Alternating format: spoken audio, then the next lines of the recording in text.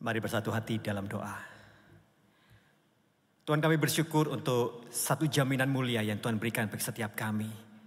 Jaminan hidup kekal yang telah Tuhan sediakan bagi setiap kami. Dan jadi satu kekuatan iman untuk kami terus melangkah dalam kehidupan dalam dunia ini. Meskipun kami ada dalam penderitaan, meskipun kami ada dalam kesusahan, tapi itu menjadi iman kami di hadapan Tuhan, bahwa Tuhan akan menyediakan dan menggantikan semuanya itu dari satu hal yang fana menjadi kekekalan, satu hal yang fana menjadi satu hal yang abadi, yang kehidupan bersama dengan Tuhan selama-lamanya. Biar itu menjadi kekuatan iman bagi setiap kami untuk kami terus berjalan bersama dengan Tuhan. Dan secara khusus juga bagaimana kami hidup menjalani kehidupan dalam dunia ini, untuk terus dengar-dengaran akan kebenaran firman-Mu. Sebab itu kami memohon kepada Tuhan, kiranya Engkau sendiri yang memberkati setiap kami dengan firman-Mu Tuhan. Dan firman-Mu Tuhan menjadi penuntun bagi hidup kami, bagi jalan kehidupan kami. Sehingga seluruh kehidupan kami ditopang oleh firman-Mu. Seluruh kehidupan kami berkenan di hadapan Tuhan, karena kami hidup bersama dengan Tuhan dan menjalankan kebenaran firman-Mu.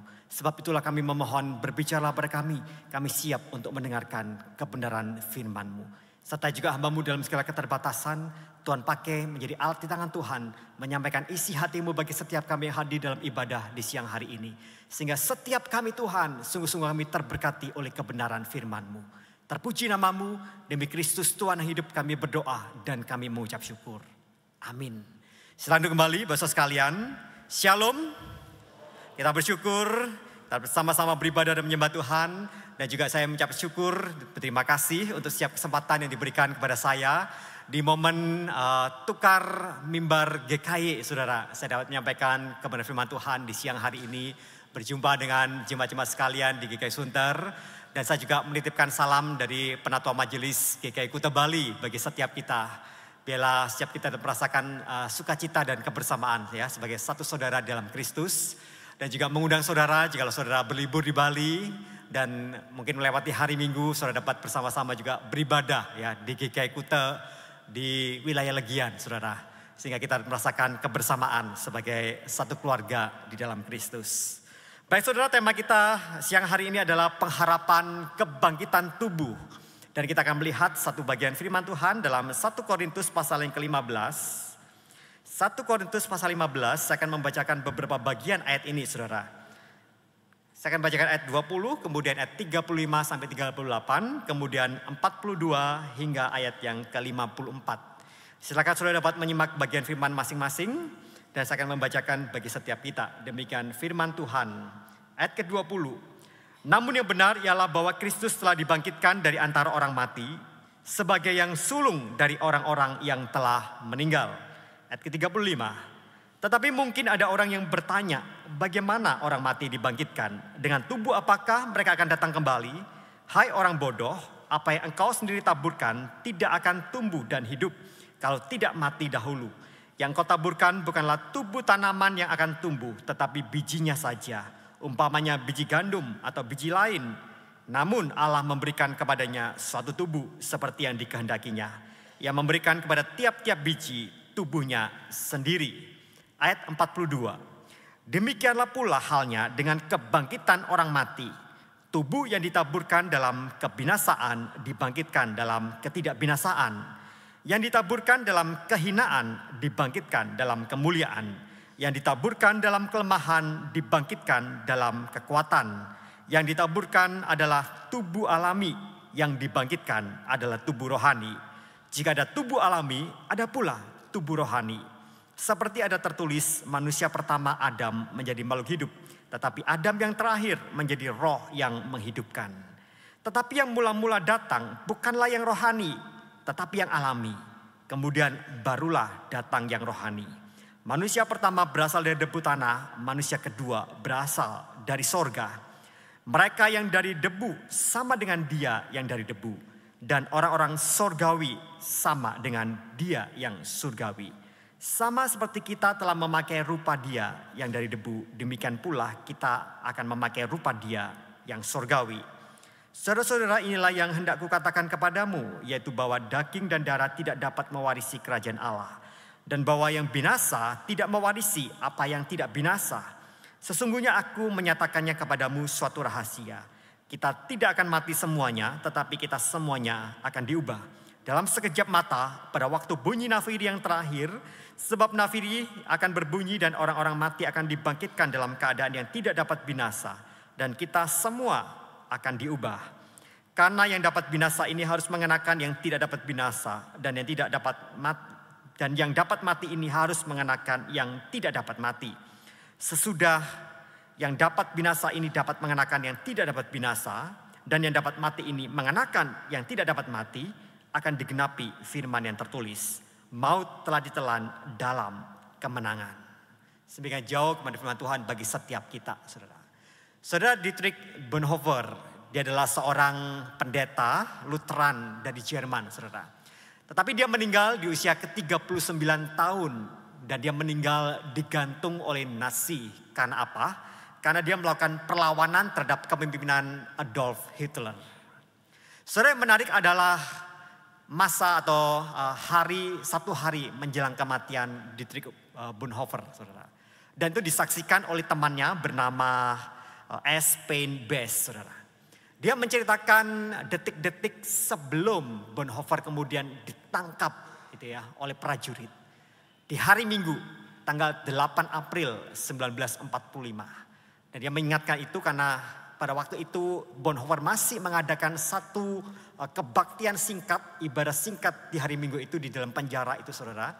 Dan ketika dia mengakhiri akan ibadah itu, kemudian tiba-tiba ya, prajurit itu keluar dari masuk ke dalam ruangan itu dan kemudian menangkap Bonhoeffer.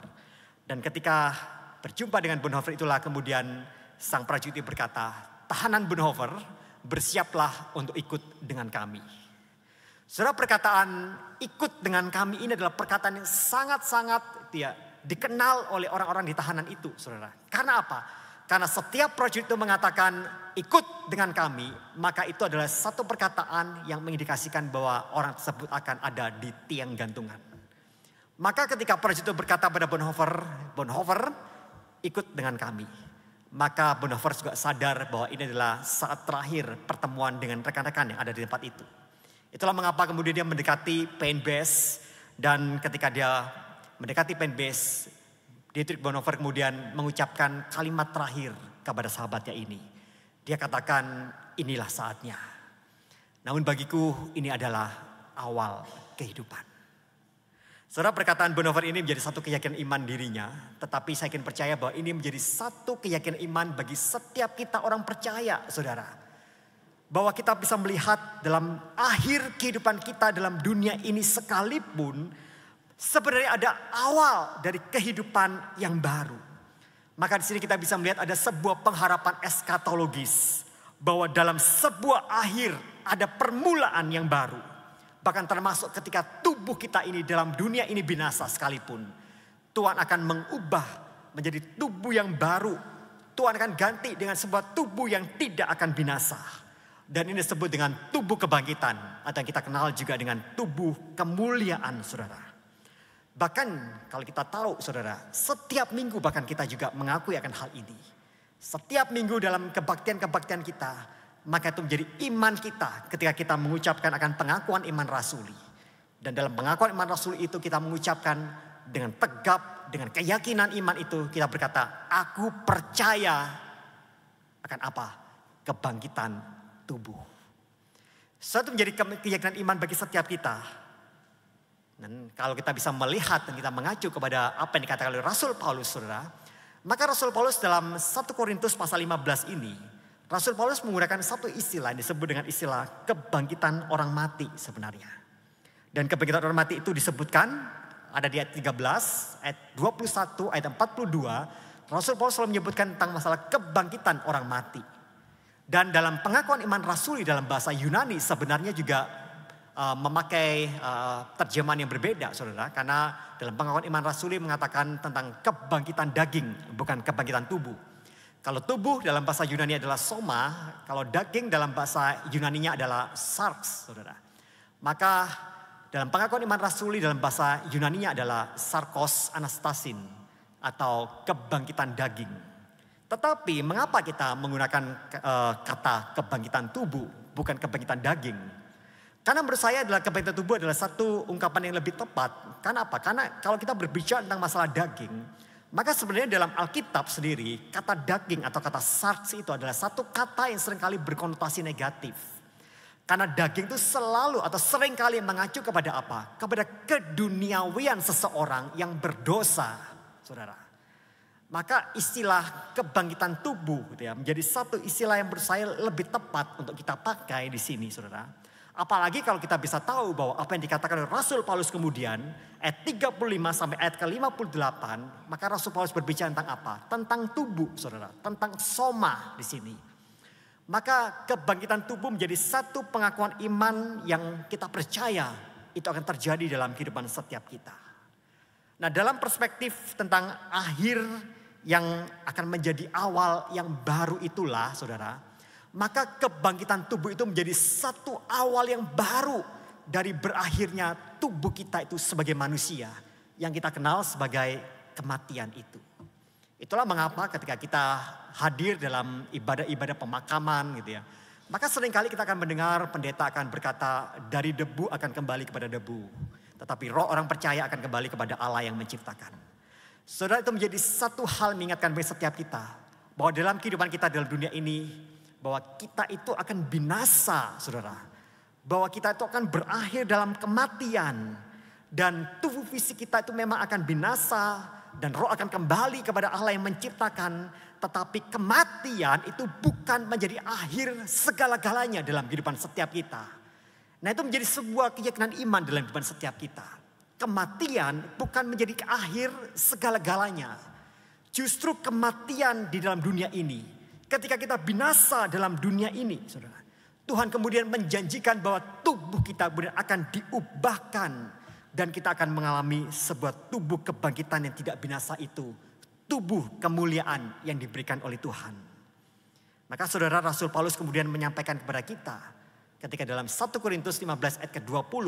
Ketika Rasul Paulus katakan bahwa kebangkitan Kristus itu apa? Menjadi yang sulung bagi kebangkitan orang-orang yang telah meninggal. Apa artinya ini, saudara? Artinya adalah kebangkitan Kristus itu. Dan dalam kebangkitan itu adalah kebangkitan yang tidak akan lagi binasa itu. Itu menjadi sebuah jaminan bagi setiap kita. Itu menjadi sebuah jaminan bagi setiap kita yang akan meninggal pada akhirnya itu. Kita tidak akan binasa. Tetapi setiap kita yang meninggal pasti kita akan apa? Dibangkitkan juga secara tubuh. Sebagaimana itu juga yang telah terjadi dan dilakukan oleh Yesus Kristus terlebih dahulu. Maka kebangkitan Kristus secara tubuh itu menjadi sebuah jaminan bagi setiap kita. Bahwa kita kelak nanti, setiap kita tidak terkecuali, maka kita juga akan mengalami kebangkitan tubuh sebagaimana Kristus juga telah melakukan itu bagi setiap kita. Saudara, itu menjadi satu doktrin iman Kristen yang patut kita pegang dalam kehidupan setiap kita, yang patut kita imani dalam kehidupan setiap kita. Tetapi itu bukan menjadi sebuah doktrin saja, tetapi bagaimana kemudian doktrin Kristen itu juga berakar dalam kehidupan setiap kita. Artinya bagaimana kita meresponi sebuah jaminan, sebuah doktrin tentang kebangkitan tubuh ini. Maka saudara, kita perlu melihat ada dua hal penting bagaimana kita bisa meresponi akan kebangkitan tubuh ini. Maka yang pertama, saudara, kita perlu menghargai tubuh kita. Dan pergunakan tubuh kita itu sebagai satu hal yang berdampak rohani. Saudara, itu respon pertama yang harus terjadi dalam kehidupan setiap kita. Ketika kita tahu bahwa akan ada kebangkitan tubuh kita, saudara.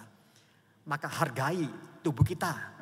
Gunakan itu sebagai hal yang berdampak rohani. Saudara, kalau kita tahu bahwa memang natur kita sebagai manusia itu, kita memiliki dua natur. Natur yang pertama adalah natur yang sifatnya rohani, dan yang kedua sifatnya jasmani. Yang rohani itu berbicara tentang jiwa atau roh, saudara. Dan yang jasmani itu berbicara tentang tubuh kita. Masalahnya, saudara, banyak orang Kristen, ya, banyak orang yang beragama sekalipun, saudara, di dunia ini, saudara. Ketika mereka menjalani kehidupan keagamaan mereka apa? Lebih menekankan hal-hal yang sifatnya rohani. Hal-hal yang sifatnya abstrak sebenarnya.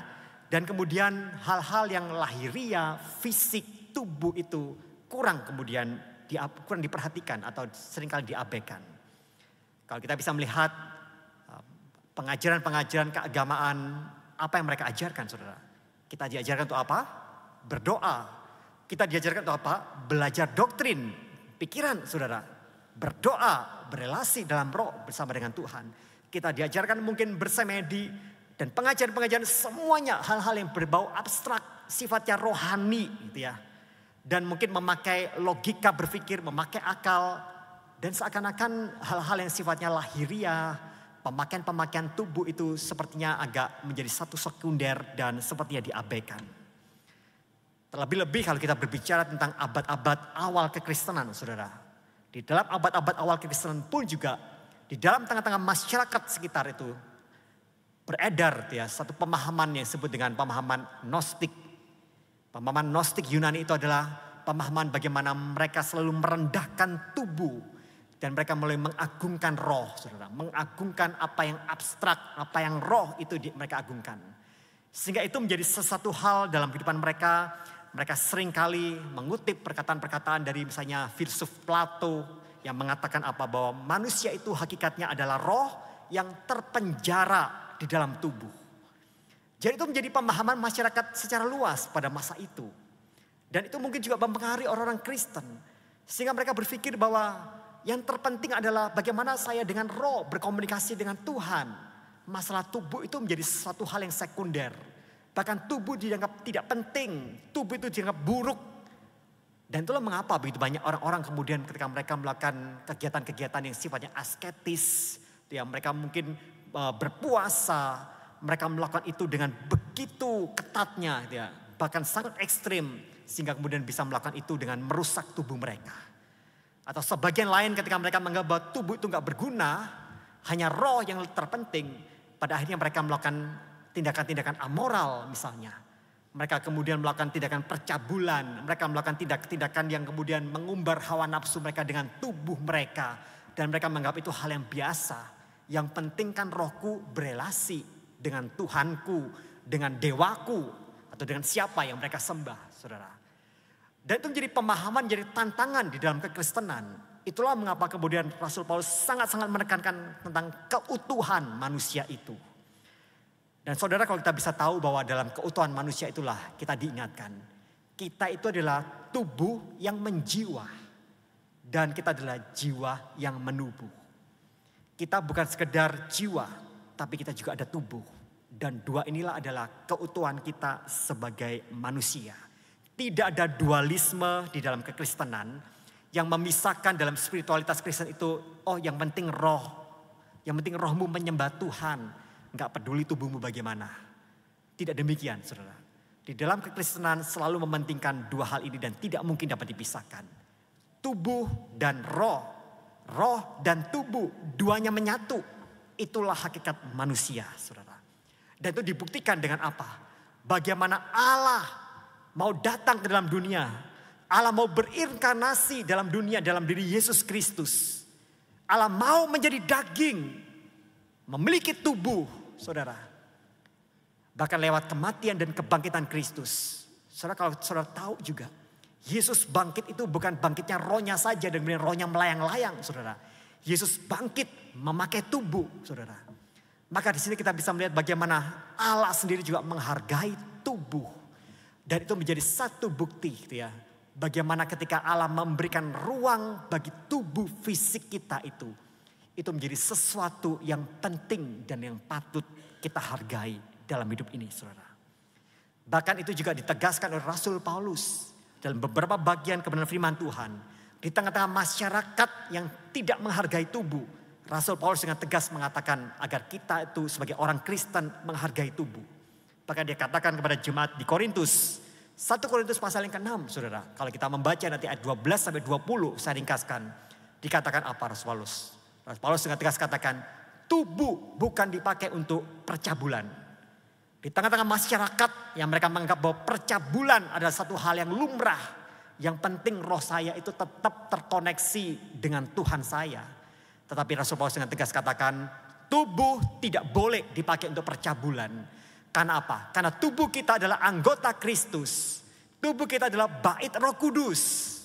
Dan kemudian di ayat ke-20, Rasul Paulus menyimpulkan semuanya itu. Dia katakan apa? Karena itu muliakan Allah dengan tubuhmu. Satu menjadi satu hal yang penting bagi setiap kita, bagaimana kita sungguh-sungguh mempergunakan organ-organ tubuh kita. keseluruhan tubuh kita itu dengan bertanggung jawab dan memuliakan Tuhan, saudara. Bahkan dalam bagian firman Tuhan yang lain kepada jemaat di Roma, Rasul Paulus juga mengatakan suatu perkataan yang luar biasa ini. Ketika dikatakan supaya kamu apa? Mempersembahkan tubuhmu sebagai persembahan yang hidup, yang kudus dan yang berkenan kepada Allah. Itu adalah ibadahmu yang sejati. Bahkan ibadah yang sejati itu Rasul Paulus katakan mempergunakan tubuh. Dan itu sebagai satu persembahan yang kudus di hadapan Tuhan. Suatu menjadi satu hal yang penting bagi setiap kita. Bagaimana kita memperlakukan tubuh kita itu. Dan jadikan semua tubuh kita itu menjadi satu sarana yang bernilai rohani. Yang mempermuliakan Tuhan dalam kehidupan setiap kita. Itulah mengapa saya katakan dalam kehidupan kita ini, dalam dunia ini saudara. Kita itu hidup dalam dunia ini itu menjadi sebuah latihan sebenarnya. Kita tuh berlatih untuk apa? Untuk pada akhirnya supaya ketika kita ada dalam kekekalan, kita tuh siap menjalani kehidupan dengan tubuh kemuliaan sebagai warga kerajaan Allah. Dan di dunia inilah kita melatih tubuh kita, melatih kehidupan setiap kita agar kelak dalam kemuliaan, dalam tubuh kemuliaan itulah kita benar-benar layak menjadi pribadi-pribadi yang berkenan di hadapan Tuhan itu. Itulah mengapa karena Allah menghargai tubuh. Karena Allah mau berinkarnasi dalam tubuh. Dan karena Allah memberikan kita kehidupan kekal bahkan dengan kondisi ada tubuh. Bukan dengan roh yang melayang-melayang itu. Maka sekali lagi saya katakan hargai tubuh yang Tuhan ciptakan. Hargai tubuh kita. Karena Tuhan sendiri menghargai tubuh, saudara. Saudara, ketika kita menjaga kebersihan, ketika kita menjaga kesehatan kita, ya, itu semata-mata bukan tujuannya supaya kita hidupnya itu sejahtera selama kita hidup dalam dunia ini, saudara. Saudara, kalau tujuan kita hanya semata-mata cuma sekedar itu, ya, kita sehat, kita menjaga tubuh, kita menjaga kebersihan, tujuannya hanya supaya kita itu dalam dunia itu nyaman. Dan kita tidak terjadi apa-apa dan enak dalam dunia ini. Maka itu menjadi tujuan yang sebetulnya sangat dangkal dalam kehidupan setiap kita. Justru ketika kita tuh menjaga kesehatan kita, ketika kita merawat tubuh kita, ya, semata-mata tujuannya apa? Karena Tuhan menghargai tubuh kita. Dan kita mau pakai tubuh kita itu menjadi sesuatu hal yang bernilai rohani dan untuk memuliakan Tuhan. Saudara, kesadaran inilah menjadi kesadaran yang utama yang seharusnya ada dalam pikiran kita. Bukan sekedar bahwa kita memikirkan itu dengan tujuan supaya saya hidupnya nyaman dalam dunia ini, saudara. Itulah mengapa, saudara, ketika kita kemudian merawat tubuh kita, ketika kita memberikan asupan-asupan vitamin, kalau kita itu mandi gitu ya, kalau kita itu kemudian merawat kulit kita atau merawat bagian tubuh kita atau apapun kita, dia rambut, wajah, bagian-bagian tubuh kita, bahkan juga mungkin memberi nutrisi-nutrisi yang baik, makanan-makanan yang baik buat tubuh kita. Saudara, semata-mata biar itu menjadi satu hal yang penting dengan satu tujuan utama. Kita ingin memuliakan Tuhan dengan tubuh kita. Dan itu yang perlu kita lakukan, saudara. Sebaliknya, saudara, dalam kehidupan setiap kita, ketika kita memperlakukan tubuh kita itu secara sembarangan, bahkan dengan sengaja merusaknya, baik dengan sengaja maupun tidak sengaja saja, saudara, kita merusak tubuh kita. Maka sebenarnya apa yang kita lakukan? Yang kita lakukan bukan sekedar kita tidak membuat kita tidak nyaman dengan hidup kita. Tapi lebih daripada itu, sebenarnya kita sedang merendahkan Tuhan. Karena kita merendahkan tubuh kita, merusak tubuh kita.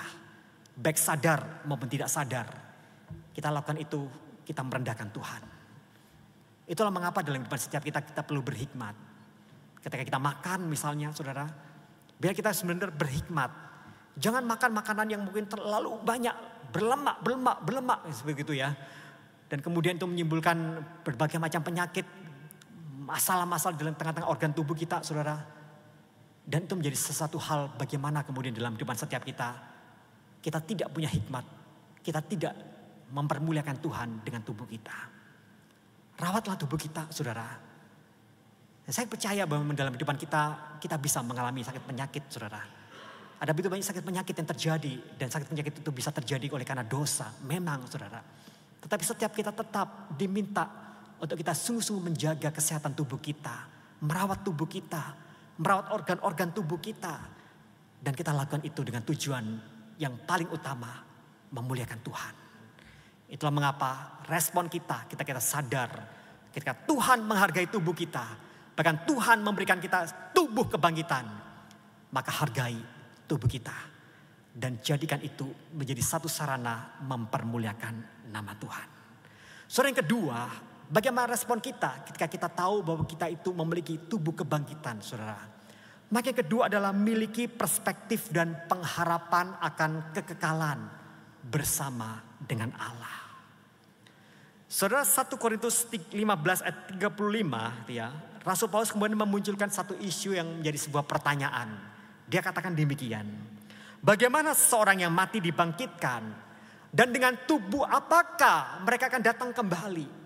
Satu pertanyaan ini mewakili sebagian orang-orang Kristen pada masa itu yang juga mereka penuh dengan kebingungan memikirkan tentang kebangkitan itu. Apakah kita akan dibangkitkan?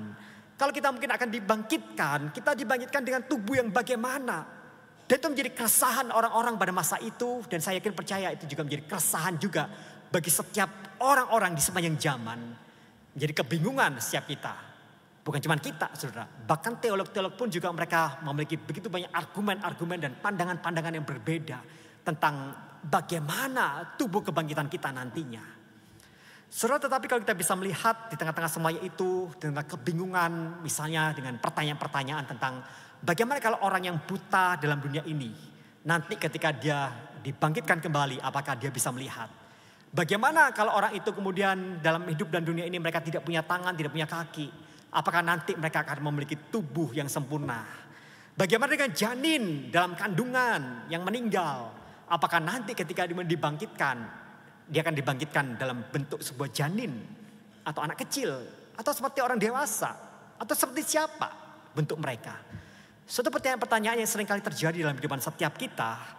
Tetapi kita tahu bahwa Rasul Paulus memberikan begitu banyak petunjuk akan keberadaan tubuh kebangkitan ini, saudara. Maka saudara, yang pertama, apa yang dikatakan Rasul Paulus adalah bahwa tubuh kebangkitan itu adalah tubuh sorgawi, katanya. Lebih mulia dibanding tubuh duniawi. Itu yang pertama, saudara, dikatakan Rasul Paulus. Rasul Paulus juga katakan bahwa tubuh kebangkitan itu adalah tubuh yang tidak dapat binasa. Dan dia juga katakan bahwa tubuh kebangkitan adalah tubuh rohania yang juga berbeda dengan tubuh alamiah kita. Maka itu menjadi petunjuk bagi setiap kita, saudara. Tubuh yang rohani, tubuh yang sorgawi, yang tidak dapat binasa. Dan dikatakan berbeda, jelas berbeda katanya. Dengan tubuh yang kita miliki secara alami saat ini di dalam dunia. Dan Rasulullah kemudian memberikan sebuah ilustrasi tentang apa? Tentang biji gandum, saudara. Dia menceritakan tentang biji gandum, ya. Biji gandum itu kecil, ya, bentuknya seperti itu. Tetapi ketika ditanam di dalam tanah, biji itu memang mati. Tetapi biji mati, tapi memunculkan satu tanaman yang berbeda sama sekali dengan bijinya itu. Nah, itu menjadi gambaran yang diberikan oleh Rasul Paulus. Gambaran perubahan tubuh kita. Dari tubuh alamiah menjadi tubuh kemuliaan. Tubuh yang berbeda di sana.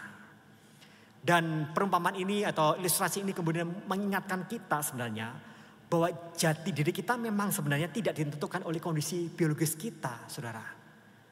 Kalau jati diri kita itu ditentukan oleh kondisi biologis kita. Maka sebenarnya siapa diri kita, kita akan bingung. Siapa kita? Apakah kita pada waktu anak-anak? Atau waktu kita masih remaja, atau kita waktu pemuda, atau waktu masih dewasa, atau waktu kita masih tua. Siapa diri kita? Dan kalau itu berbicara tentang masalah bentuk biologis semata, maka kita akan mengalami kesulitan siapa diri kita. Karena bentuk biologis akan selalu berubah-ubah dari tahun ke tahun. Tetapi di sini saya katakan bahwa jati diri kita itulah tidak akan pernah berubah meskipun kondisi biologis kita berubah-ubah. Dan disinilah kemudian kita diingatkan, ya, bahwa ketika jati diri kita yang sama itu, meskipun ada perubahan-perubahan secara biologis, namun Firman Tuhan katakan kita pasti akan disempurnakan. Kita pasti akan lebih mulia dari kondisi fisik yang ada dalam dunia ini. Sehingga kita mempertanyakan seperti apakah kita kelak nanti dengan tubuh kita. Apakah kita akan muncul sebagai anak-anak atau kita akan muncul sebagai orang dewasa. Atau seperti apa terserah. Tetapi jelas itu jati diri kita. Dan orang pasti mengenal jati diri kita. Yang sesungguhnya itu saudara. Maka kemudian yang berikutnya, sesuatu yang dikatakan Rasul Paulus yang juga penting bagi setiap kita. Kemudian diingatkan bahwa dalam tubuh kebangkitan itu, maka daging dan darah katanya tidak mendapatkan bagian dalam tubuh kebangkitan. Artinya saudara, Rasul Paulus ingin mengingatkan bagi setiap kita bahwa tubuh kebangkitan itu tidak akan memiliki lagi jaringan-jaringan organ tubuh. Tidak akan memiliki jaringan-jaringan termasuk mungkin jaringan-jaringan saluran darah. Dan juga termasuk fungsi reproduksi. Itulah mengapa apa yang katakan Rasul Paulus ini mempertegas kembali apa yang pernah dikatakan oleh Tuhan Yesus. Ketika Tuhan Yesus diperhadapkan kepada orang-orang Saduki, mempertanyakan masalah kebangkitan. Apa yang kemudian Tuhan Yesus jawab? Tuhan Yesus jawab bahwa di dalam kebangkitan orang-orang tidak akan kawin dan dikawinkan. Tidak ada perkawinan di dalam kekekalan saudara. Dan termasuk tidak ada air mata. Karena memang tidak ada organ tubuh yang bisa mengeluarkan air mata di sana. Dan itu menjadi sesuatu hal yang penting bagaimana di dalam tubuh kebangkitan itulah kemudian kita diingatkan. Kita akan terbebas dari semua keterbatasan. Kita akan terbebas dari semua kebutuhan-kebutuhan biologis kita yang ada dalam kehidupan kita dalam dunia ini. Tidak ada air mata, tidak ada penderitaan. Dan tubuh yang sempurna, tubuh yang surgawi. Itulah yang akan kita dapatkan kelak di dalam kemuliaan itu saudara. Maka pemahaman tubuh kebangkitan yang Tuhan telah sediakan bagi setiap kita dalam kekekalan itulah. Yang seharusnya menjadi sebuah pengharapan kekal bagi setiap kita. Bahwa itulah akan kita terima ketika kita bersama-sama dengan Allah Bapa di sorga. Dan miliki perspektif itu saudara. Perspektif kekekalan itu harus terus ada dalam pemikiran kita. Bahwa kelak meskipun tubuh jasmani kita kemudian binasa, tetapi Tuhan ubah, Tuhan ganti dengan tubuh kemuliaan. Dan saya percaya di tengah-tengah dalam kehidupan setiap kita, di dalam dunia ini, meskipun dalam dunia kita penuh mungkin dengan penderitaan, kita penuh dengan cucuran air mata, kita penuh dengan begitu banyak pergumulan-pergumulan yang terjadi dalam kehidupan setiap kita, saudara, di dunia ini. Tetapi kalau kita memiliki perspektif kekekalan itu, kita bisa memandang bahwa semuanya itu fana, semuanya itu sementara dalam dunia ini. Dan Tuhan akan mengubah keadaan kita di dalam kekekalan, di dalam selama-lamanya itu. Kita akan mengalami kebahagiaan kekal. Kita mengalami kesempurnaan bersama dengan Allah Bapa di sorga. Dan itu menjadi sebuah pengharapan kekal yang harusnya ada dalam kehidupan setiap kita. Saudara, khotbah saya pada hari ini saya ingin tutup dengan satu kisah yang terkenal dari seorang komposer yang saya pikir kita pasti cukup mengenalnya. Dia adalah Fanny J. Crosby, saudara. Fanny J. Crosby ini adalah seorang komposer yang bahkan bisa menulis 8.000 lagu rohani. Gitu ya. Salah satunya telah kita nyanyikan tadi, saudara. Jaminan Mulia. Ya. Jaminan Mulia. Itu juga lagu yang dia ciptakan, saudara.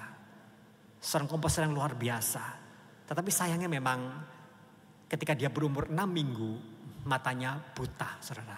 Di usia 6 minggu. Tetapi yang luar biasa adalah Fanny Crosby meskipun dia mengalami keterbatasan fisik dengan mata yang buta, dalam hidupnya dia tidak pernah menyalahkan Tuhan. Saudara, suatu hari seorang pendeta menghampiri dia dan kemudian bertanya kepada dia. Pendeta dia berkata, aduh sayang sekali ya kamu ya Fanny ya. Sang pencipta itu tidak memberikan kamu itu satu penglihatan. Padahal dia memberikan kamu begitu banyak karunia dalam hidupmu. Saudara, kemudian ketika pendeta itu berkata demikian, maka kemudian Fanny menjawab. Dia berkata bahwa, Pak Pendeta, tahukah Anda katanya, seandainya pada saat saya lahir saya bisa meminta permohonan kepada Tuhan, maka saya akan meminta agar saya tetap dilahirkan buta. Wah, mendengar perkataan itu kemudian sang pendeta itu kaget ya, ditanya, kenapa? Ya. Dan kemudian Fanny Crosby mengatakan demikian. Karena bila saya naik ke surga nanti, wajah pertama yang akan saya lihat adalah wajah Sang Juru Selamat. Saudara, perkataan Fanny Crosby ini ada satu perkataan yang sungguh-sungguh. Perkataan orang percaya yang melihat perspektif kekekalan itu, saudara. Sehingga dia punya pengharapan di dalam kekekalan yang Tuhan sediakan bagi dia. Meskipun dalam dunia dia sadar ada ketidaksempurnaan, ada keterbatasan, ada kelemahan secara fisik. Tapi dengan kacamata iman dia ingin berkata bahwa ketika saya berjumpa muka dengan Tuhan saya, maka saya yakin dan percaya saya bisa melihat dia. Tubuh saya akan diubahkan dengan tubuh yang mulia itu. Dari ketidaksempurnaan akan diubah menjadi satu tubuh yang sempurna itu.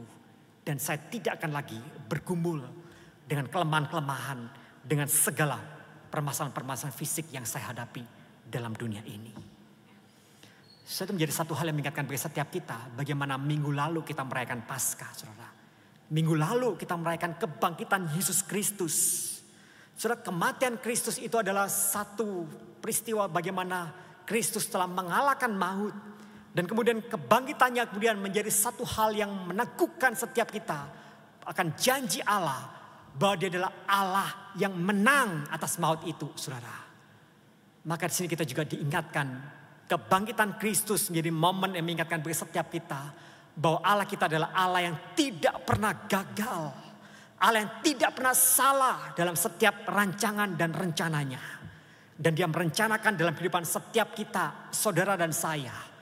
Bahwa ketika kita kemudian di dalam dunia ini kita binasa dalam dunia ini. Tetapi itu menjadi permulaan baru, babak baru dalam kehidupan setiap kita. Kita akan diubah dengan tubuh kebangkitan, dengan tubuh kemuliaan yang diberikan Tuhan bagi setiap kita. Itulah mengapa kita perlu meresponi.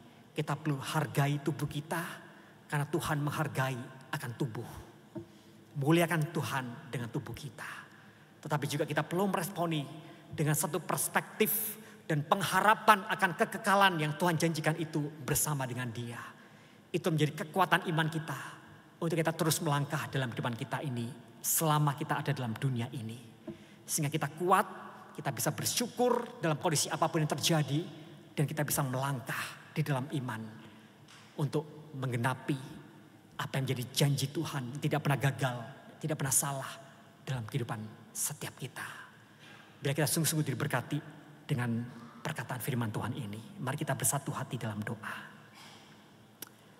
Tuhan, kami sadar dalam dunia kami penuh dengan kelemahan, dalam dunia kami penuh dengan pergumulan, kami penuh dengan air mata, kami penuh dengan kelemahan. Kami penuh dengan segala hal yang buruk yang mungkin bisa terjadi dalam kehidupan kami, Tuhan. Tetapi kami juga menyadari dengan kacamata iman kami, satu janji kebenaran firman-Mu, bahwa ketika tubuh kami ini binasa dalam dunia ini, kami akan diubah menerima tubuh kemuliaan itu. Tubuh sorgawi, tubuh yang sempurna yang Tuhan sediakan bagi setiap kami. Di mana tidak ada lagi pergumulan, tidak ada lagi air mata, tidak ada lagi keterbatasan secara fisik. Dan bila itu menjadi satu pengharapan kami untuk kami memandang kepadamu. Tapi biarkan kami Tuhan dalam dunia ini, kami juga diingatkan agar kami selalu menghargai tubuh yang Tuhan berikan setiap kami. Kami merawatnya dengan satu kesadaran kami ingin pakai tubuh kami menjadi alat kemuliaan bagi nama Tuhan. Terima kasih Tuhan. Segala puji syukur hanya bagi nama-Mu. Dalam nama Tuhan Yesus kami berdoa dan berserah. Amin. Tuhan memberkati setiap kita.